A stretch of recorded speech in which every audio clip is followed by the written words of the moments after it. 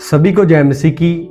आज का जो मेरा टॉपिक है, जिस टॉपिक के ऊपर मैं बात करना चाहता हूं, वो है आत्मा से भरना। कई लोग मेरे से पूछ रहे थे कि आत्मा से भरना और आत्मा को पाना क्या अलग अलग है। मैं आपको बताना चाहता हूं कि आपको भी ये जानना चाहिए, आत्मा को पाना और आत्मा से भरना दोनों एक अलग अलग चीजें हैं। मैं आपको बताना चाहता हूं, जब आप यीशु मसीह के ऊपर विश्वास कर लेते हैं तभी आप परमेश्वर की आत्मा को पा लेते हैं। You get the gift of Holi spirit when you believe in Christ. जब हमने लास्ट वीडियो में देखा कि आप यीशु के ऊपर विश्वास कर लेते हैं, आपको परमेश्वर का आत्मा उसी टाइम मिल जाता है। जब हम जॉन चैप्टर 14 उसमें भी क्या देखते हैं, यीशु मसीह ने कहा कि वो आपके साथ होगा, आपके अंदर बसेगा। और मैं आपको बताना चाहता हूं, परमेश्वर का आत्मा आपको तभी मिल जाता है जब आप यीशु के ऊपर विश्वास करते हैं और यीशु मसीह को अपने प्रभु की रूप में कबूल करते हैं। लेकिन जो आत्मा से भरना होता है वो एक अलग चीज होती है। जब हम पढ़ते हैं एफिशियंस चैप्टर 5 वर्स 18, उसमें क्या लिखा है, दाखरस से मतवाले ना बनो क्योंकि उसमें लुचपन होता है, पर आत्मा से परिपूर्ण होते जाओ। Do not get drunk on wine which leads to debauchery, instead be filled with the spirit. तो मैं आपको बताना चाहता हूं, यहाँ पॉल हमें बोल रहे हैं कि हमें आत्मा से भरना चाहिए। यहाँ पे लिखा है we filled with Holy Spirit, continuous process.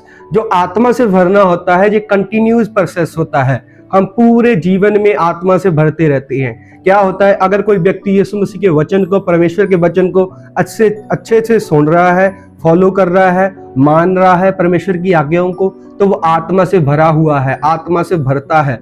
लेकिन अगर कोई व्यक्ति पाप में जी रहा है और परमेश्वर के वचन को नहीं मान रहा, तो मैं आपको बताना चाहता हूं वो आत्मा से भरा नहीं हुआ। मैंने कई पास्टरों की, जो मेगा चर्च लीडर्स हैं और बहुत से फेमस पास्टर हैं, मैंने उनकी प्रीचिंग्स को भी सुना और वो भी कई बार अपने समझ में कह देते हैं कि जब आप क्या कर रहे हो, परमेश्वर के वचन को मान नहीं रहे, आज्ञा को तोड़ रहे हैं, तो परमेश्वर का आत्मा आपको छोड़ जाता है। मैं आपको बताना चाहता हूं ये झूठ है।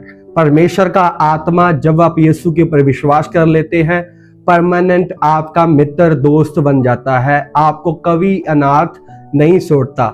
ये मेरे शब्द नहीं है, यीशु मसीह के शब्द हैं। यीशु मसीह ने हमें अनाथ नहीं छोड़ा है, अपना आत्मा दिया है जिसे हम पवित्र आत्मा कहते हैं। तो मैं आपको कहना चाहता हूं कि परमेश्वर का आत्मा आपको कभी नहीं छोड़ता। विश्वासी जनों, जब आप यीशु के ऊपर विश्वास कर लेते हैं, कई बार क्या होता है, आप बहुत से पाप में पड़ जाते हो, पाप करते हो और परमेश्वर की आज्ञाओं को भी तोड़ने लग जाते हो। मैं आपको बताना चाहता हूं, परमेश्वर का आत्मा आपको छोड़ के नहीं चला जाता, लेकिन तब आप आत्मा से भरे नहीं होते। इसीलिए आपको महसूस होता है कि आपके पास परमेश्वर का आत्मा नहीं है। तो मैं आपको बताना चाहता हूं, परमेश्वर का आत्मा परमानेंट आपके लिए है। पुराने नियम में क्या होता था, परमेश्वर का आत्मा कुछ स्पेशल पर्पस के लिए स्पेशल लोगों के पास होता था, अपना काम करता था, उसके बाद चला जाता था।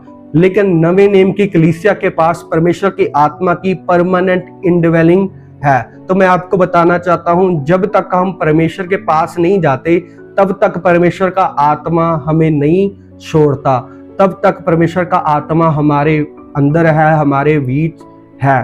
और मैं आपको बताना चाहता हूं, लेकिन आपको पाप में नहीं जीना है, परमेश्वर की आज्ञाओं को नहीं तोड़ना है। अगर आप पाप में जियोगे, परमेश्वर की आज्ञाओं को तोड़ोगे, तो मैं आपको बताना चाहता हूं वो आत्मा छोड़ेगा नहीं, लेकिन शोकित होगा। क्योंकि पौल भी कहता है कि परमेश्वर के आत्मा को शोकित मत करो। तो आपको चाहिए कि आप आत्मा से भरे। एक व्यक्ति को, एक विश्वासी जन को बहुत ही ज्यादा ये जरूरी है कि वो आत्मा से भरे। हम इस टॉपिक के ऊपर बात करना चाहते हैं कि आत्मा से भरना होता क्या है। आत्मा से भरना होता है परमेश्वर के आत्मा के कंट्रोल में। जब पॉल वो वर्स लिख रहे हैं, उन्होंने लिखा, एक उदाहरण दी कि आप दाखरस से मतवाले ना हुए।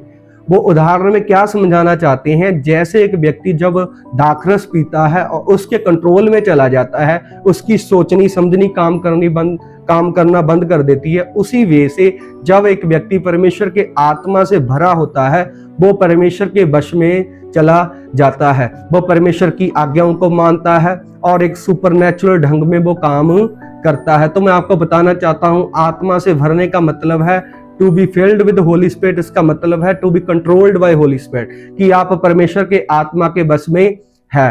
और आत्मा के बस में होना उसके लिए हम नेक्स्ट वीडियो में बात करेंगे कि हम कैसे परमेश्वर की आत्मा से भर सकते हैं। और एक और चीज आपको क्लैरिफाई करना चाहता हूं, जब मैं कह रहा हूं कि आत्मा से भरना एक और चीज है, आत्मा को पाना एक और चीज है, तो मैं आपको ये नहीं बोल रहा कि जब आप आत्मा से भरते हैं तो थोड़ा थोड़ा आप आत्मा और पाते हैं।